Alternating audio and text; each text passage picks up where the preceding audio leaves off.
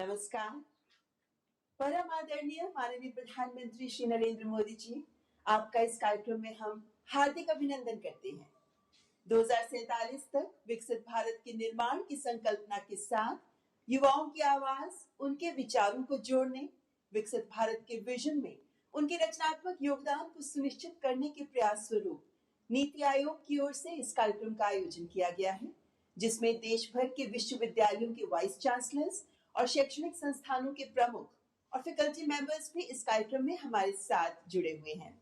मैं केंद्रीय शिक्षा मंत्री माननीय श्री धर्मेंद्र प्रधान जी से स्वागत संबोधन प्रस्तुत करने के लिए सादर अनुरोध करती हूँ।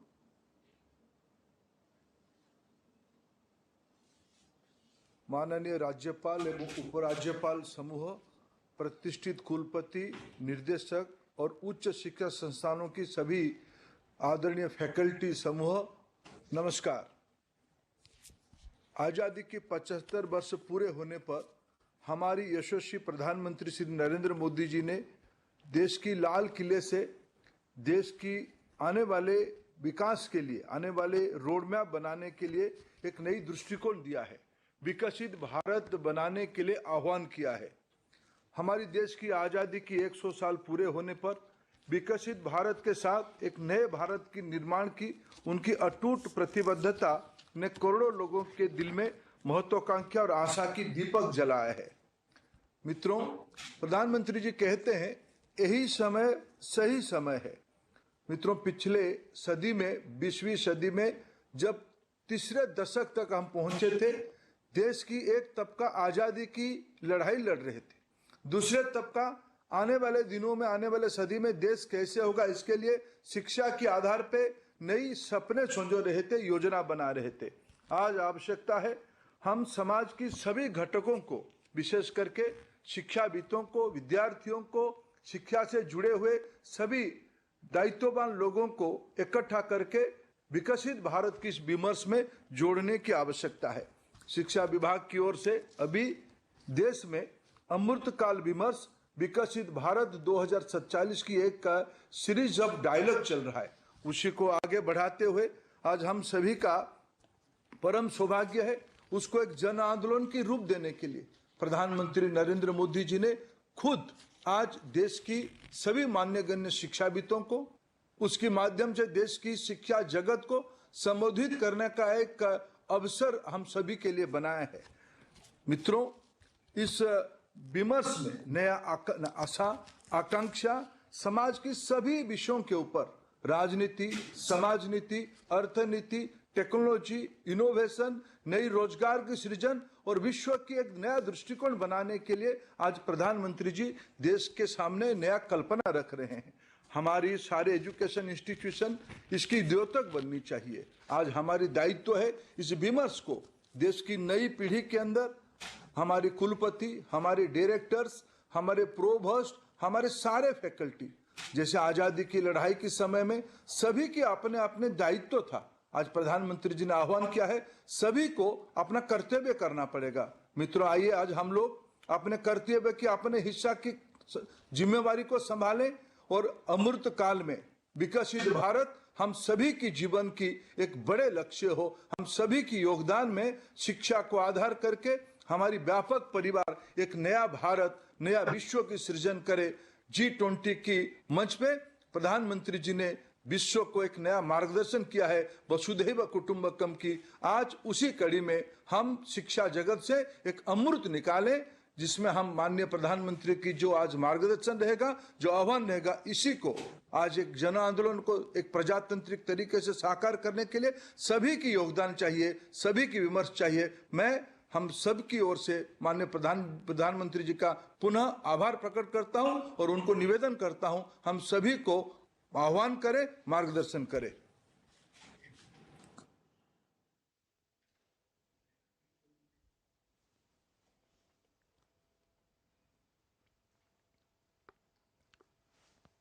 नमस्कार। केंद्रीय मंत्रिमंडल के मेरे सहयोगी धर्मेंद्र प्रधान जी, देश भर से हमारे साथ जुड़े राज्यपाल श्री, शिक्षा जगत के महानुभाव, देवी और सज्जनों, आज विकसित भारत के संकल्पों को लेकर बहुत ही अहम दिन है। मैं सभी गवर्नर्स को विशेष बधाई दूंगा कि उन्होंने विकसित भारत के निर्माण से जुड़ी इस वर्कशॉप का आयोजन किया है। देश की युवा शक्ति को दिशा देने का दायित्व जिन साथियों पर है, उनको आप एक मंच पर लाए हैं। शिक्षण संस्थानों की भूमिका व्यक्ति निर्माण की होती है और व्यक्ति निर्माण से ही राष्ट्र निर्माण होता है। और आज जिस कालखंड में भारत है, उसमें व्यक्ति निर्माण का अभियान बहुत ज्यादा अहम हो गया है। मैं आप सभी को वॉइस ऑफ यूथ वर्कशॉप की सफलता के लिए अग्रिम शुभकामनाएं देता हूं। साथियों, हर देश को इतिहास एक ऐसा कालखंड देता है जब वो अपनी विकास यात्रा को कई गुना आगे बढ़ा लेता है। ये एक तरह से उस देश का अमृतकाल होता है। भारत के लिए ये अमृतकाल इसी समय आया है। ये भारत के इतिहास का वो कालखंड है जब देश एक क्वांटम जंप लगाने जा रहा है। हमारे इर्द गिर्द ही ऐसे अनेक देशों के उदाहरण हैं जिन्होंने एक तय समय में ऐसा ही क्वांटम जंप लेकर खुद को विकसित बना लिया। इसलिए ही मैं कहता हूं, भारत के लिए भी यही समय है, सही समय है। हमें इस अमृत काल के पल पल का लाभ उठाना है। हमें एक भी पल गंवाना नहीं है। साथियों, हम सभी के सामने प्रेरणा के लिए आजादी का हमारा लंबा संघर्ष भी है। जब हम एक ध्येय के साथ, एक जोश, एक जज्बे के साथ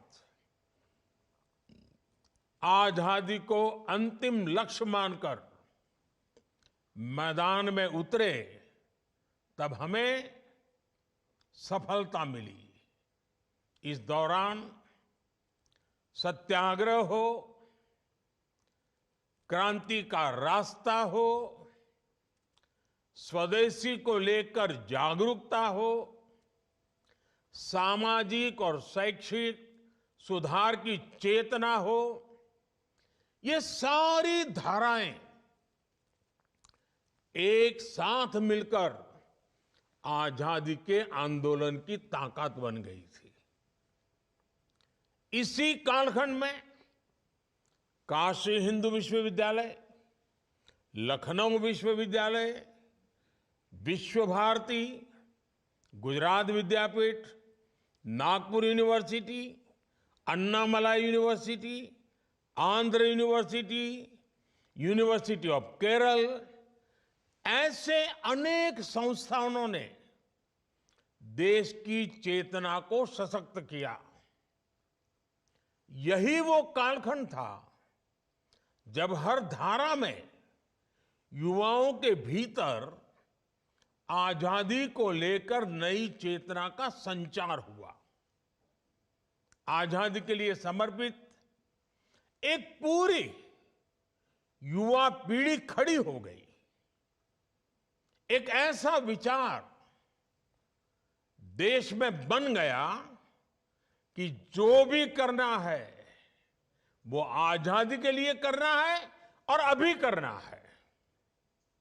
कोई चरखा काटता था तो वो भी आजादी के लिए, कोई विदेशी सामान का बहिष्कार करता था वो भी आजादी के लिए, कोई काव्य पाठ करता था वो भी आजादी के लिए, कोई किताब या अखबार में लिखता था वो भी आजादी के लिए, कोई अखबार के पर्चे बांटता था वो भी आजादी के लिए। ठीक इसी तरह आज हर व्यक्ति, हर संस्था, हर संगठन को इस प्रण के साथ आगे बढ़ना है कि मैं जो कुछ भी करूंगा वो विकसित भारत के लिए होना चाहिए। आपके लक्ष्य, आपके संकल्पों का ध्येय एक ही होना चाहिए, विकसित भारत। एक शिक्षक के तौर पर आप ये सोचें कि ऐसा क्या करेंगे कि विकसित भारत के लक्ष्य में देश की मदद हो। एक विश्वविद्यालय के तौर पर आप ये सोचें कि ऐसा क्या करें कि भारत तेजी से विकसित बने। आप जिस क्षेत्र में हैं वहां ऐसा क्या हो, किस तरह हो कि भारत विकसित बनने के अपने मार्ग में तेजी से आगे बढ़े। साथियों, आप जिन एजुकेशन इंस्टीट्यूट को रिप्रेजेंट करते हैं वहां आपको देश की युवा ऊर्जा को इस एक लक्ष्य के लिए चैनलाइज करना है। आपके संस्थानों में आने वाला हर युवा कुछ न कुछ विशेषताओं के साथ आता है। उसके विचारों को चाहे वो कितने भी विविध क्यों न हो, उन सबको विकसित भारत के निर्माण की धारा से जोड़ना है। मैं चाहूंगा कि आप सभी विकसित भारत @2047 के विजन में कंट्रीब्यूट करने के लिए अपने दायरे से बाहर जाकर भी सोचें, आउट ऑफ बॉक्स सोचें। देश के हर कॉलेज और यूनिवर्सिटी में अधिक से अधिक युवा इस अभियान में शामिल हो सके, इसके लिए भी आपको विशेष अभियान चलाना चाहिए, नेतृत्व करना चाहिए, सरल भाषा में चीजों को व्याख्यायित करना चाहिए। आज ही माय गॉव के अंदर विकसित भारत @2047 सेक्शन लॉन्च हुआ है। इसमें विकसित भारत के विजन के लिए आइडियाज का एक सेक्शन है। और क्योंकि आइडिया की शुरुआत ही आई से होती है, इसलिए इसमें ऐसे आइडिया चाहिए जिसमें वर्णन हो कि मैं स्वयं भी क्या कर सकता हूं। और आइडिया में जैसे आई सबसे पहले है, इंडिया में भी आई सबसे पहले है। यानी अगर हमें सफलता पानी है, लक्ष्यों की प्राप्ति करनी है, उचित परिणाम लाना है, तो स्वयं के आय से ही शुरू होता है। इस माय गॉव पर, इस ऑनलाइन आइडियाज के पोर्टल पर 5 अलग अलग थीम्स पर सुझाव दिए जा सकते हैं। सबसे बेहतरीन 10 सुझावों के लिए पुरस्कार की भी व्यवस्था की गई है। साथियों, जब मैं सुझावों की बात करता हूं तो आपके सामने खुला आसमान है। हमें देश में एक ऐसी अमृत पीढ़ी को तैयार करना है जो आने वाले वर्षों में देश की कर्णधार बनेगी, जो देश को नेतृत्व और दिशा देगी। हमें देश के एक ऐसी नौजवान पौध को तैयार करना है जो देश हित को सर्वोपरि रखते, जो अपने कर्तव्यों को सर्वोपरि रखें। हमें सिर्फ शिक्षा और कौशल तक ही सीमित नहीं रहना है। एक नागरिक के तौर पर 2400 घंटे देश के नागरिक कैसे सजग रहें, इस दिशा में भी प्रयास बढ़ाने आवश्यक है। हमें समाज में वो चेतना लानी है, कैमरे लगे हो या न लगे हो, लोग ट्रैफिक की रेड लाइट जंप न करें। लोगों में कर्तव्य बोध इतना ज्यादा हो कि वो समय पर दफ्तर पहुंचे, अपने दायित्वों को निभाने के लिए आगे बढ़कर काम करें। हमारे यहां जो भी प्रोडक्ट बने उसकी क्वालिटी इतनी बेहतर हो कि मेड इन इंडिया देखकर लेने वाले का गर्व और बढ़ जाए। जब देश का हर नागरिक जिस भी भूमिका में है, जब वो अपने कर्तव्यों को निभाने लगेगा तो देश भी आगे बढ़ चलेगा। अब जैसे प्राकृतिक संसाधनों के इस्तेमाल से जुड़ा विषय है, जब जल संरक्षण को लेकर गंभीरता बढ़ेगी, जब बिजली बचाने को लेकर गंभीरता बढ़ेगी, जब धरती मां को बचाने के लिए केमिकल का इस्तेमाल कम होगा, जब पब्लिक ट्रांसपोर्ट के ज्यादा से ज्यादा इस्तेमाल के प्रति गंभीरता होगी, तो समाज पर, देश पर, हर क्षेत्र में बहुत ज्यादा सकारात्मक प्रभाव पड़ेगा। मैं ऐसे कितने ही उदाहरण आपको गिना सकता हूं। आप भी मानेंगे कि छोटी छोटी बातें हैं, लेकिन इनका इंपैक्ट बहुत बड़ा होता है। स्वच्छता के जन आंदोलन को नई ऊर्जा कैसे दी जाए, इसके लिए भी आपके सुझाव अहम होंगे। हमारे युवा आधुनिक लाइफस्टाइल के साइड इफेक्ट का मुकाबला करें, इसके लिए आपके सुझाव अहम होंगे। मोबाइल की दुनिया के अलावा बाहर की दुनिया भी देखें, ये भी उतना ही जरूरी है। एक शिक्षक के तौर पर आपको ऐसे कितने ही विचारों की सीडिंग वर्तमान और अगली पीढ़ी में करनी है, और आपको खुद भी अपने विद्यार्थियों का रोल मॉडल बनना है। देश के नागरिक जब देश के हित की सोचेंगे, तभी एक सशक्त समाज का निर्माण होगा।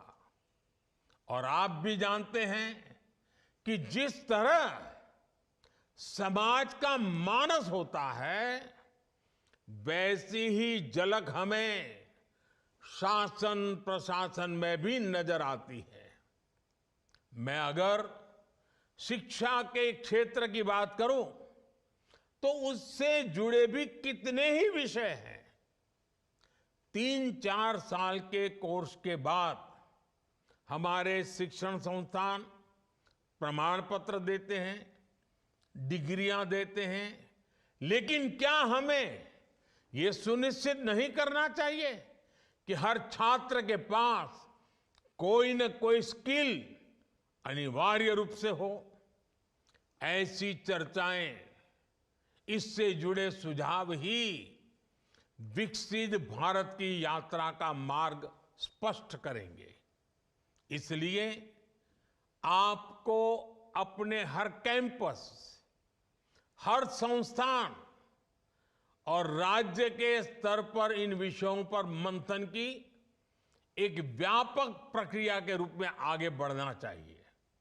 साथियों, विकसित भारत के निर्माण का यह अमृतकाल वैसा ही है, वैसा ही समय है जैसे हम अक्सर परीक्षाओं के दिनों में देखते हैं। विद्यार्थी अपने परीक्षा के प्रदर्शन को लेकर बहुत आत्मविश्वासी होते हैं, लेकिन फिर भी अंतिम समय तक वो कोई कोर कसर बाकी नहीं छोड़ता। हर विद्यार्थी अपना सब कुछ झोंक देता है, समय का पल पल एक ही देह से जोड़ देता है, और जब परीक्षा की तारीखें आ जाती हैं, डेट डिक्लेयर हो जाती है, तो ऐसा लगता है पूरे परिवार की परीक्षा की तारीख आ गई है। सिर्फ विद्यार्थी नहीं, बल्कि पूरा परिवार ही एक अनुशासन के दायरे में हर काम करता है। हमारे लिए भी देश के नागरिक के तौर पर परीक्षा की डेट डिक्लेयर हो चुकी है। हमारे सामने 25 साल का अमृतकाल है। हमें 24 घंटे इसी अमृतकाल और विकसित भारत के लक्ष्यों के लिए काम करना है। यही वातावरण हमें एक परिवार के रूप में बनाना, ये हम सबकी सामूहिक जिम्मेवारी है। साथियों, आज दुनिया की आबादी तेजी से बुजुर्ग हो रही है और भारत युवा शक्ति से सशक्त है। एक्सपर्ट बताते हैं कि आने वाले 25-30 वर्षों तक वर्किंग एज पॉपुलेशन के मामले में भारत सबसे अग्रणी रहने वाला है। इसलिए भारत के युवाओं पर पूरी दुनिया की नजर है। युवा शक्ति एजेंट ऑफ चेंज भी है और बेनिफिशियरीज ऑफ चेंज भी है। आज जो युवा साथी कॉलेज और यूनिवर्सिटीज में हैं, उनके कैरियर को भी यही 25 साल तय करने वाले हैं। यही युवा नए परिवार बनाने वाले हैं, नया समाज बनाने वाले हैं। इसलिए ये तय करना कि विकसित भारत कैसा हो, ये हक भी सबसे अधिक हमारी युवा शक्ति को ही है। इसी भाव के साथ सरकार देश के हर युवा को विकसित भारत के एक्शन प्लान से जोड़ना चाहती है। देश के युवाओं की आवाज को विकसित भारत के निर्माण की नीति रणनीति में ढालना चाहती है। युवाओं के साथ आप सबसे ज्यादा संपर्क में रहते हैं, इसलिए इसमें आप सभी साथियों का योगदान बहुत महत्वपूर्ण होने वाला है। साथियों, हमें प्रगति के जिस रोड मैप पर चलना है, वो सिर्फ सरकार तय नहीं करेगी। उसे देश तय करेगा। देश के हर नागरिक का इनपुट उसमें होगा, सक्रिय भागीदारी इसमें होगी। सबका प्रयास यानी जन भागीदारी एक ऐसा मंत्र है जिससे बड़े से बड़े संकल्प सिद्ध होते हैं। स्वच्छ भारत अभियान हो, डिजिटल इंडिया अभियान हो, कोरोना से मुकाबला हो, वोकल फॉर लोकल होने की बात हो, हम सभी ने सबका प्रयास की ताकत देखी है। सबका प्रयास से ही विकसित भारत का निर्माण होना है। आप सभी विद्वद्जन स्वयं भी देश के विकास के विजन को शेप करने वाले लोग हैं, युवा शक्ति को चैनलाइज करने वाले लोग हैं। इसलिए आपसे अपेक्षाएं कहीं अधिक हैं। ये देश का भविष्य लिखने का एक महाअभियान है।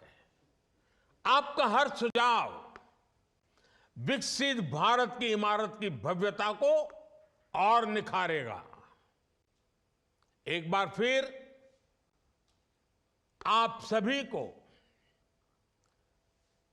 आज के इस वर्कशॉप की तो शुभकामनाएं देता हूं, लेकिन आज से जो आंदोलन शुभारंभ हो रहा है